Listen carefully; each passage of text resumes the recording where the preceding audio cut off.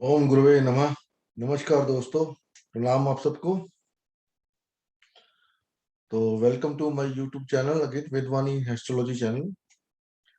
तो आज हम जो बात करेंगे उस टॉपिक का जो टॉपिक है वो है राहु। बड़ा महत्वपूर्ण टॉपिक है।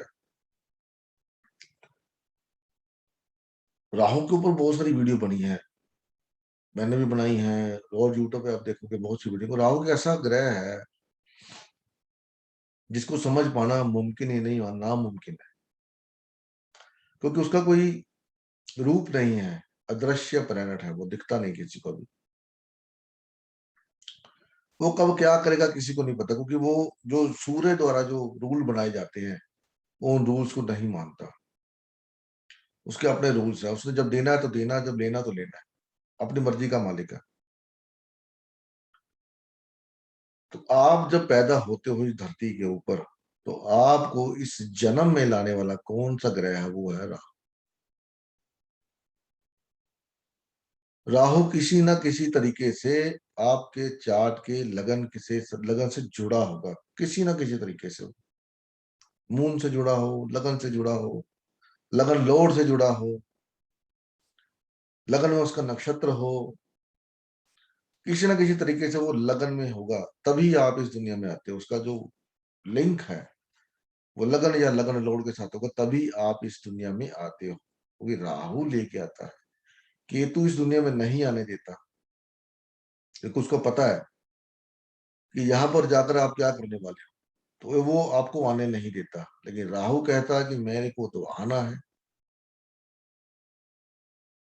राहु जहां पर भी आपके चार्ट में बैठा हुआ है, जिस तरीके से भी आपके लगन को लिंक करता है वो, तो वो ये दर्शाता है कि वो इच्छा अधूरी थी आपके पुराने पिछले जन्म में। आप वो वाली इच्छा लेकर के साथ में आपकी डेथ हुई है।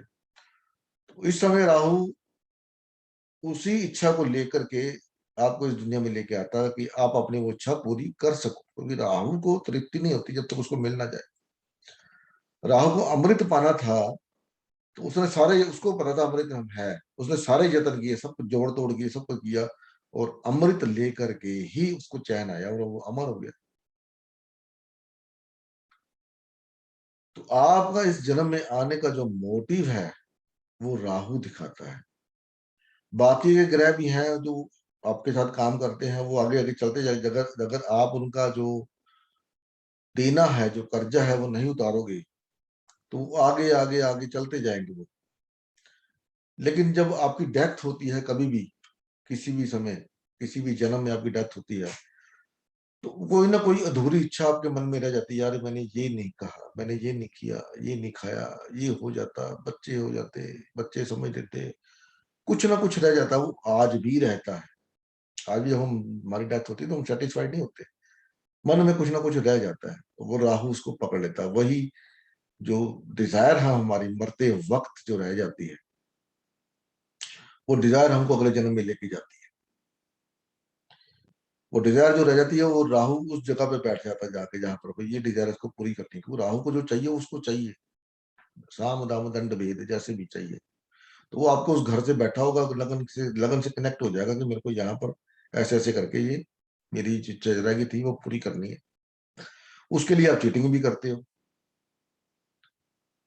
उस इच्छा को पूरा करने के लिए। आजकल की इच्छा तो यही है, लग्जरी लाइफ हो, गाड़ी हो, घर हो, बंगला हो, लेकिन पहले थोड़ा सा नहीं था। तो मैं आपको कुछ चार्ट दिखाऊंगा, उस चार्ट में आप देखोगे कि कैसे राहु लगन के साथ कनेक्टेड है और वो उनको इस दुनिया में लेकर के आया है। तो उसके बाद बात करते हैं और आगे। तो मैं पहले आपको मैं दिखाता हूँ जो चार्ट्स हैं वो। अब ये चार्ट्स हैं, देखिए भाई साहब।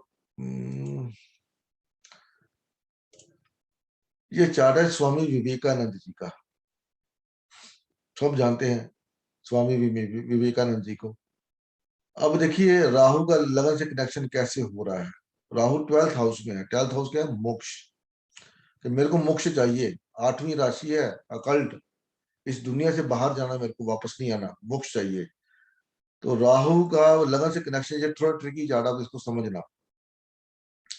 राहु का डिस्पोजर कौन है? मार्स। लगन लॉर्ड कौन है? जुपिटर। राहु का डिस्पोजिटर क्या, 5th हाउस में, पूर्व पुण्य कर्मा। और यहाँ पर क्या है वो, स्टेटस, थ्रोन, पावर।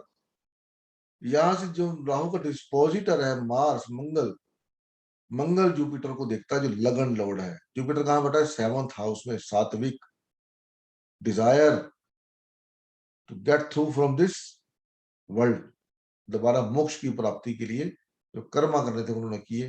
तो ये राहु इनको यहाँ पर लेकर 12th हाउस में मोक्ष के लिए, 12th हाउस मोक्ष का है। तो इन्होंने अपनी जो पूजा भक्ति करके जैसे भी करके नाम लिया, मोक्ष को प्राप्त हुए, वो विवेकानंद जी। उसके बाद चार्ट दिखाता हूं आपको मैं, ये श्री रवि रविशंकर जी का चार्ट है। बड़े मशहूर हैं, संत हैं, बहुत सारे, बहुत संत महात्मा हैं।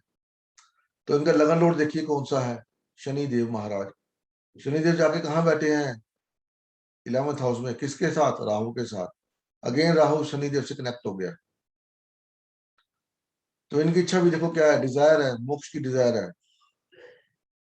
8वीं राशि है, डिजायर है, house of fulfilment of desire house में, कि उनको मोक्ष चाहिए।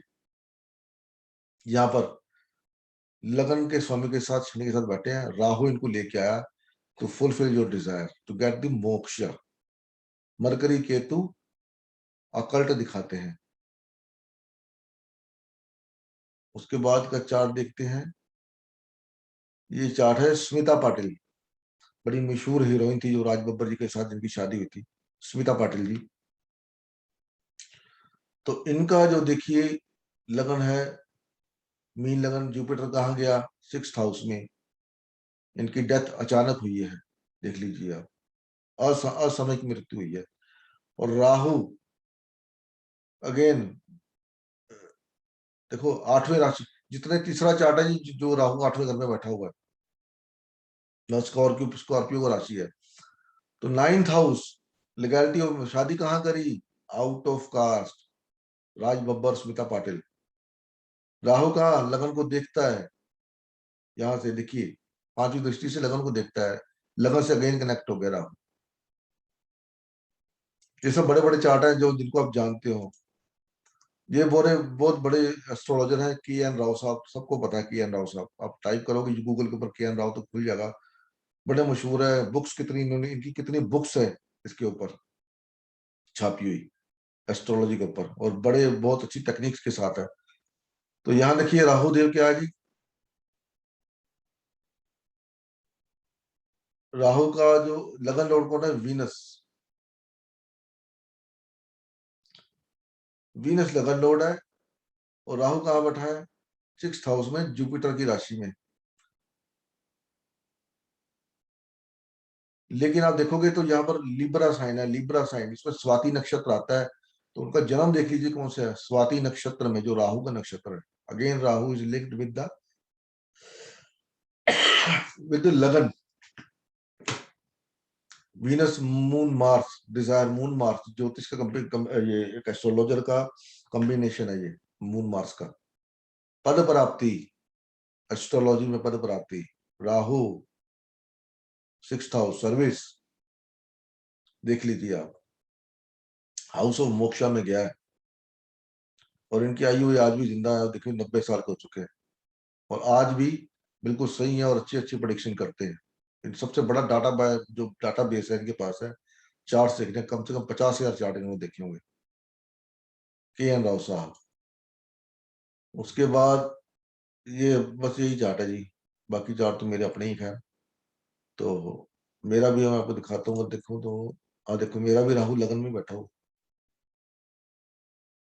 बिना राहु के आपका जन्म ही नहीं हो सकता भाई साहब, बिना राहु के आपका जन्म नहीं हो सकता। तो ये चार्ट थे। अब देखिए राहु का कनेक्शन लगन के साथ कितना हैवीली है, और कुछ ना कुछ जो आपकी इच्छा, आप देखो, आपके दूर का जाना, आपकी कॉलोनी में जो डॉग्स वगैरह घूमते रहते हैं, हिंदुस्तान में ही है, बाकी तो बाहर तो नहीं होते। तो जो कुत्ते जो पैदा होते हैं, वो कुत्ते वो उसी एरिया में रहते हैं, उसी घर के आसपास, क्योंकि वो किसी समय उस प्रॉपर्टी के मालिक थे। तो उनकी इच्छा वहीं अटकी रहेगी, मेरी ये प्रॉपर्टी का क्या बनेगा। तो आज देख लीजिए वो जो डॉग्स हैं, कुत्ते हैं, वो उसी घर के आसपास घूमते रहते हैं, आपके वो एरिया वो छोड़ते नहीं। ना ही किसी दूसरा कोई डॉग उस एरिया में आएगा तो उसको काटने को दौड़ते हैं, झगड़ा करते हैं, लड़ते हैं उसके साथ। ना ही वो एरिया छोड़ के जाते हैं, ना ही किसी दूसरे को उस एरिया में घुसने देते हैं। आपकी प्रॉपर्टी है, आपके प्रॉपर्टी में कोई दूसरा आदमी घुसे तो आप क्या करोगे? लड़ाई झगड़ा करोगे? नहीं करोगे? करोगे ना। तो वो इच्छा उनकी रह जाती है प्रॉपर्टी के अगेंस्ट, तो इस जन्म में वो डॉग बन के, कुत्ता बन के आते हैं और उस प्रॉपर्टी की रक्षा करते, उसके आसपास घूमते रहते हैं। तो ये है इच्छा जो आपकी रह जाती है और आपको वापस इस दुनिया में लेके आती है। तो ये थी वीडियो मेरी दोस्तों राहु के ऊपर, ये आपका जन्म क्यों हुआ, उसमें राहु का क्या रोल है। अब आप समझ गए होंगे, मैंने आपको चार्ट भी दिखाए हैं, बड़े बड़े जो एस्ट्रोलॉजर्स हैं, बड़े बड़े जो साधु संत हैं, उनके चार्ट में भी ऐसा ही है। तो आशा है वीडियो पसंद आएगी। आपको पसंद आई तो इसको लाइक करें, शेयर करें और लोगों के साथ कमेंट बॉक्स में कमेंट करके बताएं आपको कैसी लगी।